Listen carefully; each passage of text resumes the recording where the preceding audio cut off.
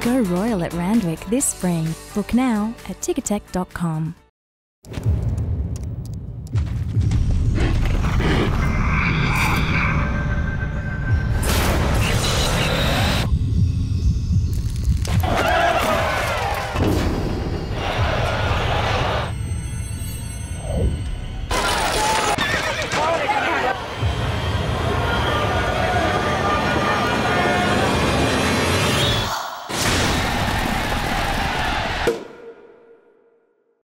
Welcome back to Chewing the Fat. We're now going to have a good look at the Sydney program, which is at Rose Hill, where the weather is fine, the track is a good 3, and the rail is out 6 metres the entire circuit.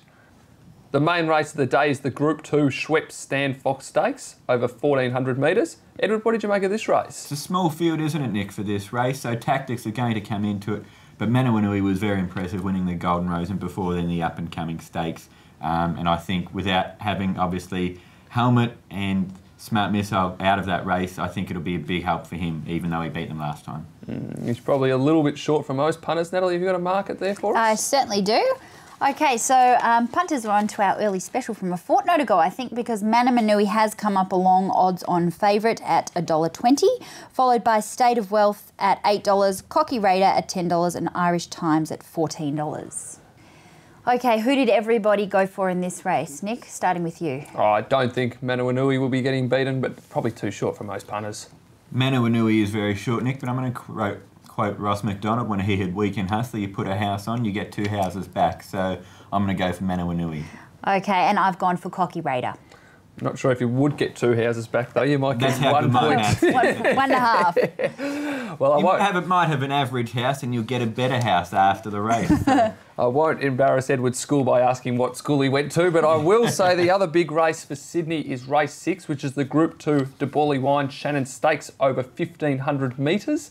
Edward, what did you make of this race? Really good race here, quite an open race, the Shannon Stakes. I like Fast Clip from the Gay Waterhouse stable. I liked his last one. I think he'll improve from that. And I believe you caught up with the Gay Waterhouse? Yeah, spoke to Bruce Slade. Gay had just come out of an operation, in fact, so Bruce Slade spoke to us out the front of their stables on Wednesday morning. Fast Clip ran a good third to Master of Design on the Theo Marks last time. Yeah, certainly. He's taken a little bit longer to come up this time. Came back in big conditions, so he's taken a while to get fit. His run was fantastic. He sat 3 wide and really found the line very well. He's really improved for the run. Again, galloped on the course proper on Tuesday and galloped terrifically well. So we'd like to see a big performance from him on Saturday. Let's take a look at an early market thanks to Sportingbet. Secret Admirer is a short price favourite at $2.30. Torio's Quest, $4.40. Fast Clip at $4.80. Loaned Command at $13. Desperado, trained by Gay Waterhouse, at $17. And Offenders at $17. So, Edward, who did you settle on for this race, mate? Going for Fast Clip here, Nick. I really liked his last couple of starts. Secret Admirer, she ran a terrific race last time, beaten narrowly by Sincero, who is a top horse going around at the moment. But for a bit of value, I'm going to go for Fast Clip. For even better value, I'm going for King Lionheart. Well, once again, you're going with the Lions. After I've proofread all the mail and letters that have been sent in during the week, the omen tip is Secret Admirer. That's the Sydney preview for this week. Don't forget to follow us on Twitter or be our friend on Facebook. When we come back, we'll recap all the best bets and roughies for the weekend, and we're also going to have a sneak peek at the new movie, The Cup. You're watching Chewing the Fat, thanks to Sportingbet. Sportingbet is built by punters for punters, so you get the very best experience. At Sportingbet, you can expect more from the latest in customised betting with black books, favourites and iForm. Plus, Sportingbet covers all the exotics, including trifectas, quinellas, exactas and first four. Bet fast online or at sbet.mobi on your mobile, anytime, anywhere. That's why there's no better bet than a Sportingbet.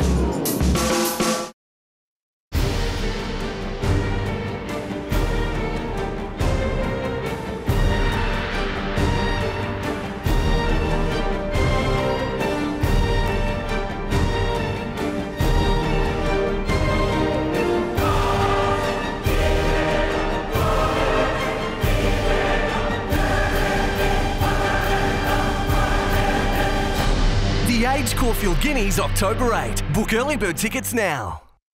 Welcome back. Sportingbet have some great competitions running at the moment, including their Last Man Standing competition, where you have the chance to win $50,000. All you have to do is go to sportingbet.com.au. Yes, and we'll be giving the punters a chance to win $50,000 by following our best bet and roughies for the weekend. So we'll be recapping them. But before we do that, the 2015 Cleo Bachelor of the Year, Edward Sadler, will take you around the traps.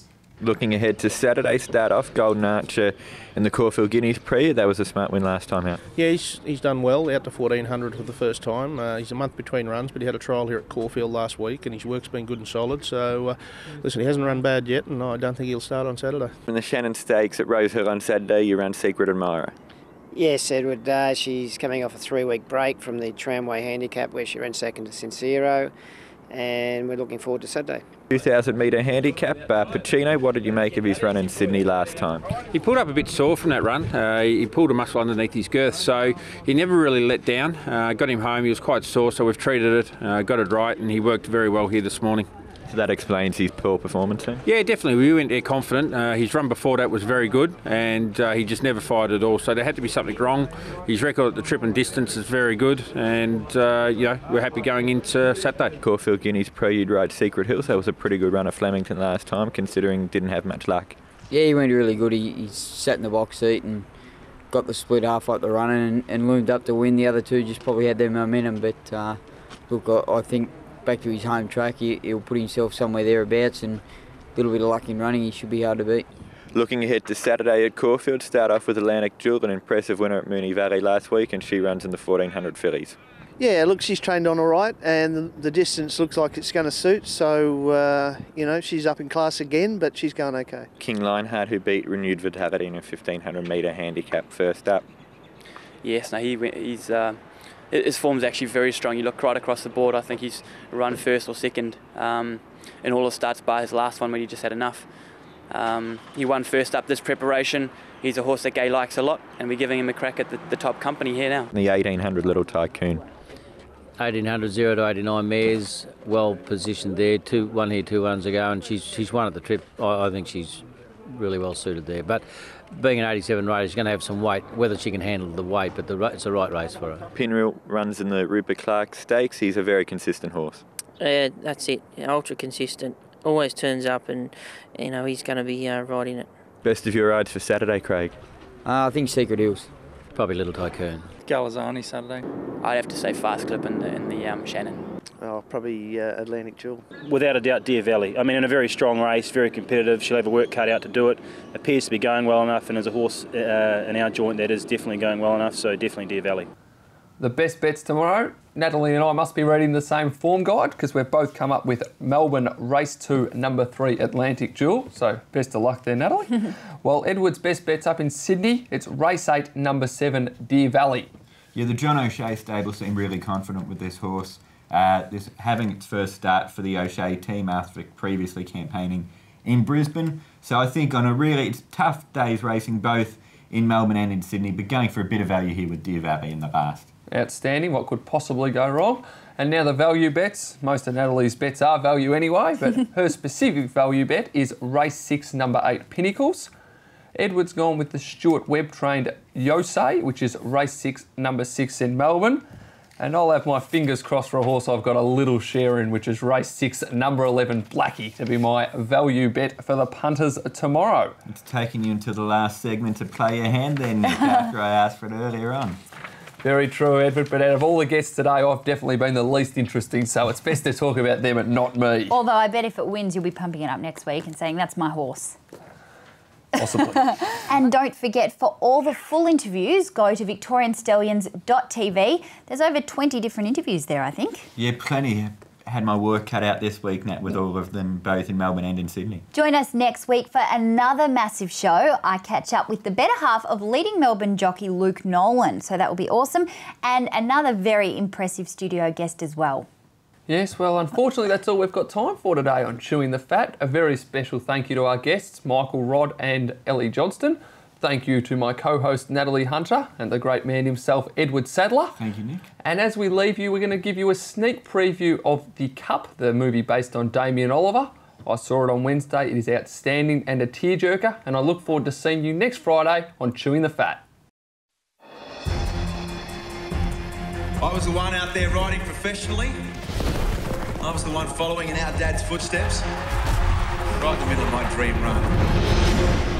My little brother races past and leaves me in his dust.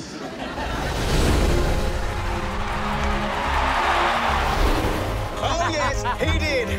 Jockey of the Year for a record 4th time, Damien Oliver. Dad, this is for you. The Melbourne Cup still astonishes people. It is still the race that stops a nation, and for that matter, the entire racing world. A horse is a creature of habit. Any deviation in a horse's training will have a significant impact. You're the one who can get the most out of my horse. Man, bloody-tastic. The horse is unstoppable. With the right jockey, maybe a puzzle could win the Melbourne Cup. Let's see what you got.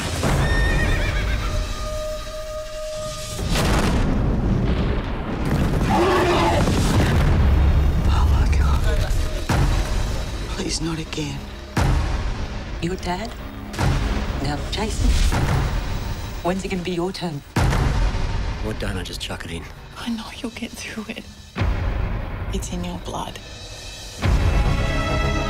Sometimes being a champion isn't about winning. It's about gutsing it out. Your family's not cursed. He's not the same man who won at Geelong. I believe he's the only man to ride that horse in the Cup. You'll be riding with me, always. An international audience of around 700 million. When you race for the Cup, I don't believe you'll be riding alone.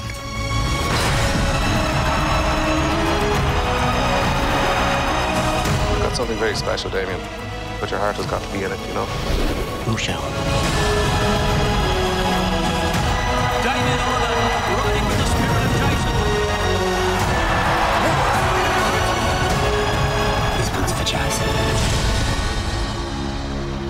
You gotta remember, anything can happen. It's the Melbourne Cup. This program is proudly brought to you by Sportingbet. This has been a Thorough Media production.